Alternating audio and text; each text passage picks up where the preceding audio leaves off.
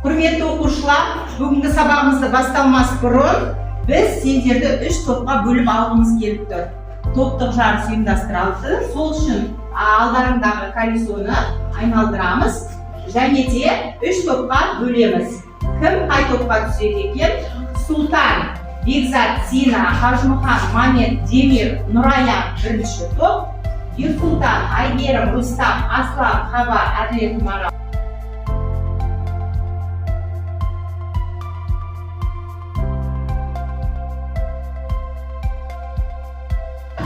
Ал балалар, бүгінгі сабақтың тақырыбы отан, туған жерге деген сүйіспеншілік деп аталады. Біз сабаққа деген кіріспені QR код әдістерімен пайдаланып бастайтын боламыз. Жарай ма? Келесі тапсырмаларды берем. Сол бойынша телефондарыңды пайдаланып QR кодпен келетін болыңдар. QR кодтан шыққан сөз туған жер. Туған жер дегеніміз туып өскен жеріміз, кіндік қанымыз тапқан жеріміз. Үшін? Менде туған елге табысын деген сөз шықты. Туған